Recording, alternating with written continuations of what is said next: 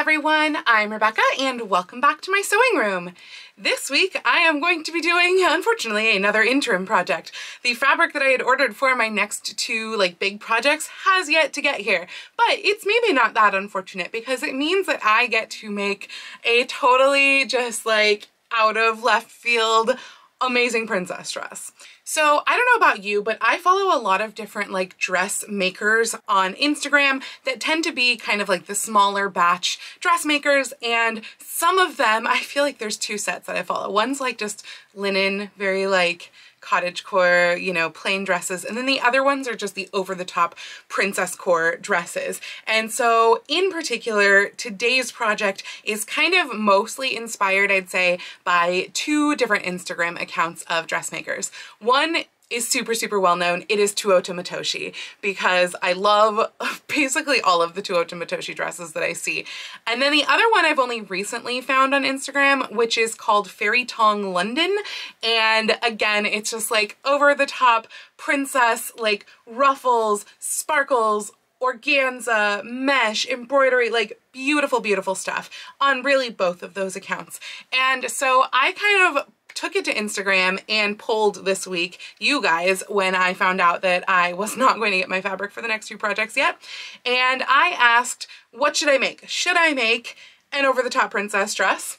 Should I start Rose's coat from her sink dress? Should I start that early? Should I maybe start an early bustle dress that I had originally planned for this summer, but it probably wouldn't actually get finished this summer anyway? Basically, just what should I do? And you guys overwhelmingly voted for princess dress. So I have been on the hunt now these last 2 days at various Joann's and another local fabric store for over-the-top princessy fabrics. And of course, the one that I fell in love with at my first Joann's didn't have enough, and there were no other Joann's that had it. But today I went to another Joann's and I fell in love with a different fabric. And that is this fabric right here. I don't know how well this comes off on screen. That's probably a little better, but I think you can see it's got stars and starbursts and moons and all sorts of other beautiful stuff, all done in embroidery and sewn on sequins, and it was just so pretty. That said, this Joann's only had 3 yards. 3 yards is not enough to make a princess dress. I think we can all agree on that. Probably no matter what size you are, 3 yards is not enough to make a princess dress. And I'm only making a midi length one, but still. And then of course I am 5'10" and plus size, so 3 yards is really not enough to make a princess dress. But luckily there is one other Joann's somewhat far away that does have more of this fabric in stock, and I called and I put it on hold, and I happen to be driving kind of near that fabric store on Sunday, so I am going to stop there on Sunday and get more of this fabric. But what I want to do first is I want to see what all I can get out of the 3 yards. Now, I plan to do this with a gathered circle skirt. So as you might know, a gathered circle skirt takes up quite a lot of fabric.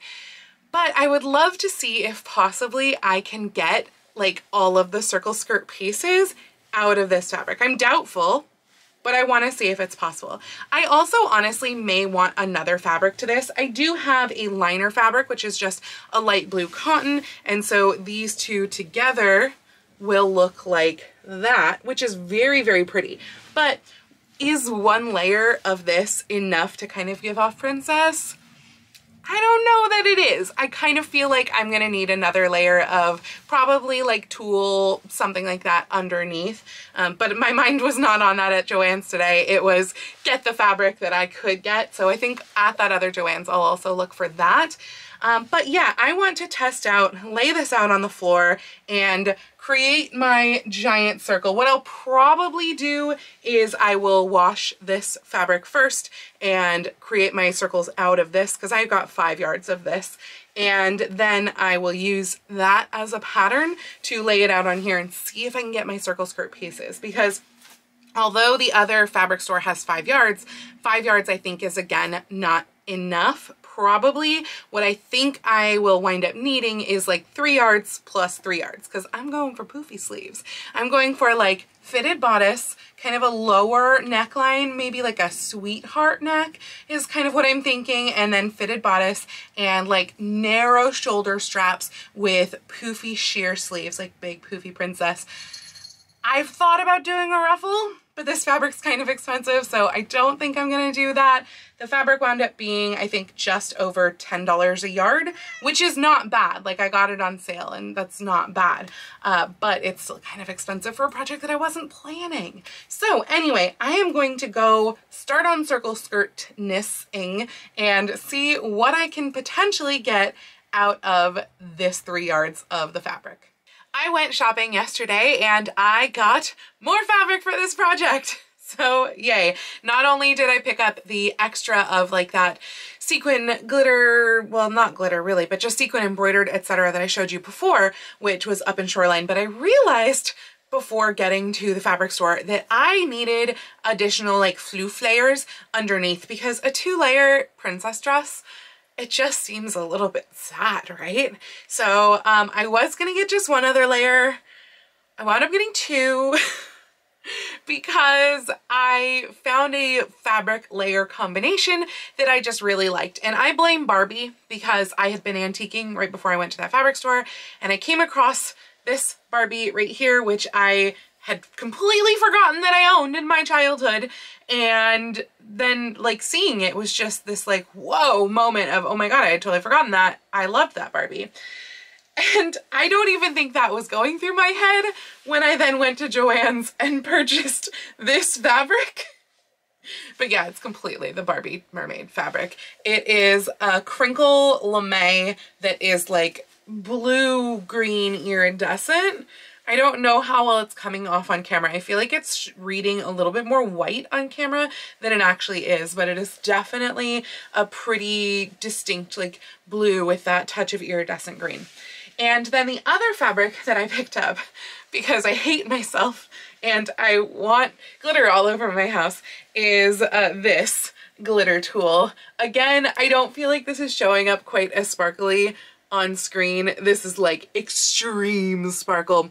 This is the same glitter tulle except in blue that I used for my like spooky strawberry spiderweb outfit that I made a couple of years ago. I'll link that video down below in the description if you are interested, because honestly it kind of has similarities to this somehow, because I think that's just my thing, except that this time we're going princess instead of spooky. So now it is time to first cut out pockets, because of course pockets, and then put all of this together. And I'm going to try to go in pretty detailed of like how this works, because I don't think that I have talked about how to do pockets and an invisible zipper like in multiple layers of sheer fabrics since I made the strawberry dress, and that was a really long time ago. I will also link that video down below in case you're interested, but yeah, I don't think I've talked about it since then, and I might actually kind of like pop the clips out of how to do that and make them their own tutorial videos, since you guys were liking the fact that I did a buttonhole tutorial recently, and it might be nice to have like just a little short tutorial video that you can refer to as to like how to put pockets and zippers in sheer floofy items. So if there's clips missing from this video, that's why. It's in a separate video, and I will, you know, link things all together once everything is out. But let me first show you what it looks like when we have all 4 layers of this skirt together, because that was really what sold me on this. I actually, while I was in Joann's debating on this, I did these little video clips on my phone because I was holding up the fabric layered all together and I couldn't decide, like, do I want just glitter? Do I want just lame in between? Or is it really that much better to spend the extra money and get both? And yeah, it is. So these clips work, but let me show you just on its own as well.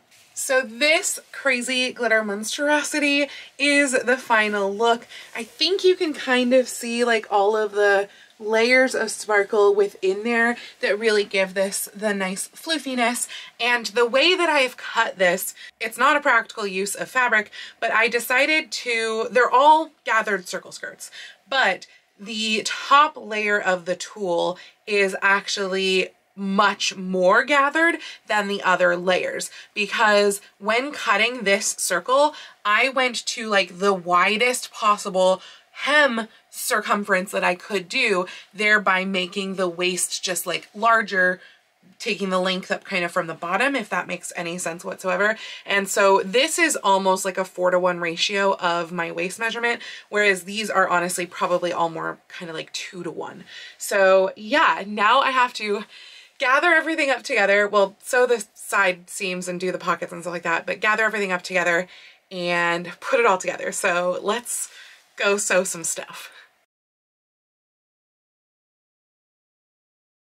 So where I am at right now is that I have just put together basically the pocket bags and like one side of the skirt panels. That is all going to be in that super detailed video that I mentioned. So that will be coming out on Saturday for you guys, and make sure to check that out when it does. You know, click the subscribe button and the notification bell, all that sort of stuff, so that you can find out when that comes out.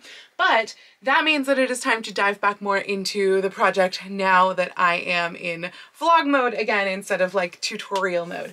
So since the skirt is all kind of together-ish as much as possible until I can put the zipper in, I can't put the zipper in until I do the bodice, which means it is time for the bodice.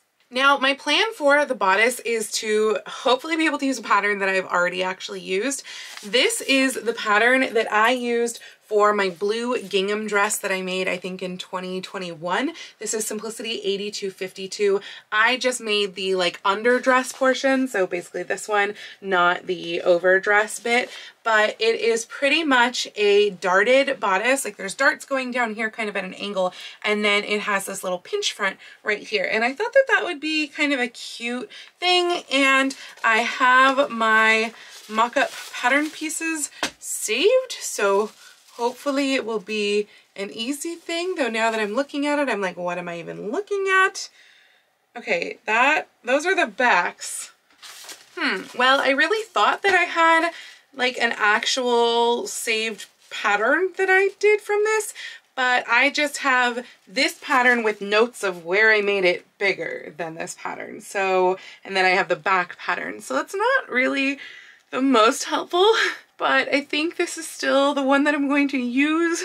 Clearly though, it means that I need to do a mock-up. So I'm gonna do a mock-up of this pattern, and hopefully it goes together just as swimmingly as that blue gingham bodice went. That one fits me really well, and I thought that it was kind of a cute, like basic sort of almost bustier looking. I have played with the idea of doing the really like Tuota Matoshi look where you get like the cup look and all of that, but honestly it doesn't look comfortable to wear. So that's why I'm going kind of more of that Fairy Tong London look where you just have like cute bodice, huge poofy sleeves. So that's the plan. I'm gonna go make a mock-up of that bodice and we'll see how it turns out. So I think I've changed my mind on what pattern I'm going to use. I think I'm actually going to use the one that I just did for the tulip dress, because I realized as I was wearing this one today that like when I move, it gapes at the top. And so I feel like maybe it's actually not the best. I don't know, I'm still torn because I do like this shape and I like that the straps are just kind of like added, and then I could add the sleeves on from there. But I would need to figure out why it's gaping and stop it from gaping. I don't know, is that still better than the tulip dress maybe? I have to think about this. I might make mock-ups of both.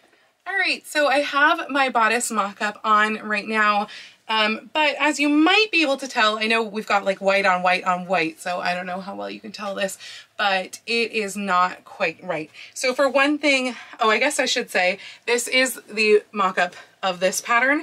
I decided to do this instead of the tulip dress because it still kind of had the top bodice shape that I wanted, but the top bodice shape is doing weird things. Like what is going on here? I don't know, and I don't know how to fix that because it's like, I think maybe because of the pinch point down here, it has pulled this up and made this like ripply, and I don't know if that's something that like just when I fix the straps that will fit. I think part of it is that this needs to come in tighter, the center front seam.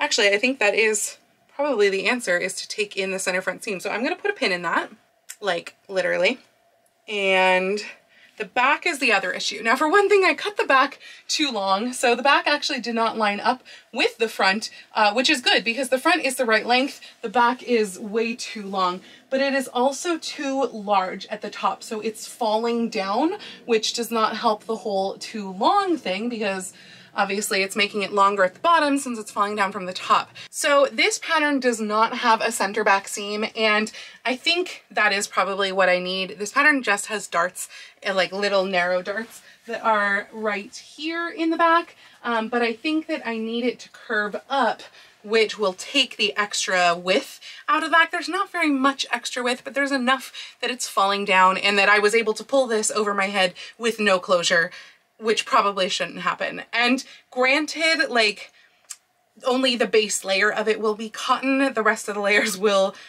probably not stretch with the stuff over it. So like, I am gonna put a zipper in it. It's gonna have the side zip, but yeah, I needed to actually fit at the back. So it's close. I also am unsure about the height of the back. I tried to raise the back a little bit from the pattern of the jumper dress because this isn't going to be worn over other things. I am obviously going to have the wide straps that will have the sleeves set into them, but I don't want a super low back, and I don't know, I just don't feel as comfortable in a super low back. So I do have to figure out if it needs to get raised even higher or if it's okay where it is, but it definitely needs to get taken in. So I think a center back seam is going to be the way to go. Maybe a center back dart from the top so I don't have to cut a full seam, because then I wouldn't have to cut multiple pieces of all the pieces. A dart might be easier. That's an idea. We'll see how that goes. All right, so I made those few changes. I took in the center front from kind of like here all the way up, and I think it has pretty much helped everything in the front. I also cut off the extra length in the back. That said, it feels like it is still kind of sitting low because I feel like the back is still too low back there, and maybe that's just something that I need the straps to kind of be able to keep up. I did, however, put a dart in it. I honestly wonder at this point if the back is not flat because I have the one vertical dart coming down like that, and then I have the two other vertical darts that are coming up from the bottom like this. So I suppose there's two of those and there's one of those, and honestly they're all about the same width. So there's probably still a little bit being taken out of the back, but not that much. So I'm curious to see what that will look like when I lay it flat. But yeah, I just have to decide if I want to take the back up any more than what it is now. But other than that, I think we have the good pattern here, and I can always add to the back like in the final, because this is not going to be in part of basically the bodice. I'm going to save this as my mock-up, put it back in the pattern envelope so I can have it for next time like I thought that I already had. I am going to just use the cotton and the, what is it, 4 layers of cutesy fabric on top of that. So it will be, is there 4? Wait, 1, 2, there's 4 total. Cotton, lame, glitter tulle, embroidered. So yeah, there will be 4 total layers on the bodice. The sleeves, when we get there, will be sans cotton. It'll just be the 3 kind of semi-sheer layers. But yeah, so I need to figure out the back and then cut this out of all of those pieces. But we're good on the mock-up. I'm currently working on cutting out all of the bodice pieces of fabric, and what you're seeing right here is that I'm actually going to piece the lame layer of the back because I decided, you know, not to have that center back seam in general. However, I just don't have enough lame left, and I really don't want to / may not be able to go out and buy more since I got this up in Shoreline. So it doesn't quite work. Like you can see the little bits poking over the sides here. However, that should still be within the seam allowance of putting things together. Like it's not going to be in the serging flat lining, but I think it'll still be okay. And then up here it all works. And part of why it didn't quite work is because I did wind up, you know, bringing up this back neckline here, and hopefully that will work because I didn't try it as a mock-up, but I can always cut that down. It would just be sad because if I didn't need it, then I wouldn't have to do the little corners. Anyway, I think that will work, and you really probably won't see the seam anyway because this is going to be covered over by the glitter and also by the embroidered. So I'm facing a bit of a dilemma right now, and I'm not exactly sure how to solve that, but that is that there's actually like no way to fold this over so that it looks even, so that I could have both front bodice pieces be like the exact same mirrored pattern, because if you notice right here, so right now you're looking at 2 upside down moons, but like the next row over, it's right side up moons. And they're also like off from each other, so that like if I lay down the starbursts on top of each other, then the moons are actually not mirrored. So yeah, I'm having a hard time of figuring out exactly how I want to cut these pieces out, especially because this big piece of fabric is going to be like a big chunk of it is going to be the sleeves. I did not actually wind up returning any of the fabric that I got because the skirt pieces took up so much, because I made this layer so gathered. And so ideally I had wanted to kind of just put that aside and use that for sleeves and just use all of my little like cut off triangle pieces that were from the circle skirt and cut the bodice pieces out of those, because like size wise they will fit. Not the back necessarily because it's continuous, but the front ones will definitely fit. But then the patterns will be like very opposing. Like I'll have a moon here or like upside down moons here. It's gonna look like an accident, even though I'm not finding any way to avoid it. One of the thoughts that I'm having, because I see this a lot on dresses on Instagram that have these sheer layers, is maybe I should actually shirr this top layer. So I would run gathering stitches like along here and basically ruche this up. I'd probably run additional gathering stitches around here, ruche that up, and it wouldn't look quite so bubbly because it would be all even. But if I shirred it, then if you're seeing like moons that are, you know, off kilter, it's not going to be so obvious because it's kind of going to be in all of this. So I'm tempted to kind of do like a test piece or two, see what that would look like mirrored, and see if maybe that is the answer. So I am trying to do that shirring a bit. I ran gathering stitches here and on the other side over there. I'm not picking up this hand because it's kind of holding everything down, but even with holding this all secure, you can see that it is very much like bubbling everywhere in like large kind of tubes as opposed to really nice flat shirring.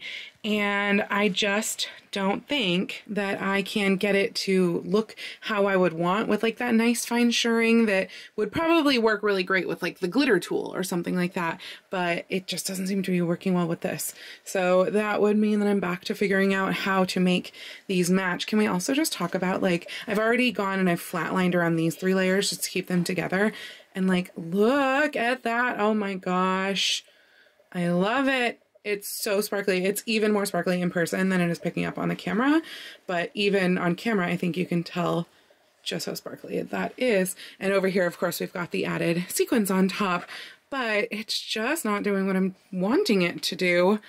I want mirror images, and I do love the idea of the shirring, but not if it's bubbling like this. And part of me is tempted to like try and press it, but I think that will just ruin the fabric instead of giving nice tight shirring. So yeah, I'm kind of at a loss at the moment. Okay, so here's an idea. What if I turn this fabric cross grain instead of with the grain, which is how you are seeing it now, have the kind of stripes of pattern of embroidery running horizontally, and then the only difference that's going to be like lacking the mirrorizing, if that's even a word, lacking the mirrored sides, is the fact that all of the moons will wind up being like face up going this way, but like the faces will all point downwards. And I think that could work. Obviously, I have to make sure that I line up the pattern from one to the other so that it is like the starbursts are in the same place of the bodice. But yeah, I do think that might be an option. I kind of wish I could get it to where I had like multiple starbursts, like starburst here, but I think if I'm using all of the small cut pieces that I have, all of them are more like moon, starburst, moon. So there's that, but I do still think that that looks quite a bit better and a lot more even. I have all my lovely pieces cut out now, both the fronts and also the backs. So now it is time to sew all of this together, making sure, of course, to leave the gap where the zipper will go on the side. One of the things that I'm doing here that will probably be difficult to notice, but this section right here becomes the dart, and I have actually gone in and clipped out all of the larger sequins like you see right here. So it's just the smaller ones that I left in there because I found that the big ones were feeling feeling really, really crunchy when I tried to fold up and pin the dart. So the small ones don't seem to feel crunchy at all. So that's why I've just done these big ones. I think also because they're like double layer, they just feel a lot like they feel very thick and they feel very crunchy and like they don't want to fold together. So yeah, I've clipped those out. I still have to do the other one here, but just so you can see like the clipped out starburst versus like regular starburst, you can see that it's kind of almost every other of the large versus small, and then here we're missing like strands. I was very careful, by the way, to snip the sequin itself. I kind of cut it in half and worked it out because this is a chain stitch. So if you undo one little bit of the chain stitch, the whole thing will come off, and I don't know like where it kind of stops.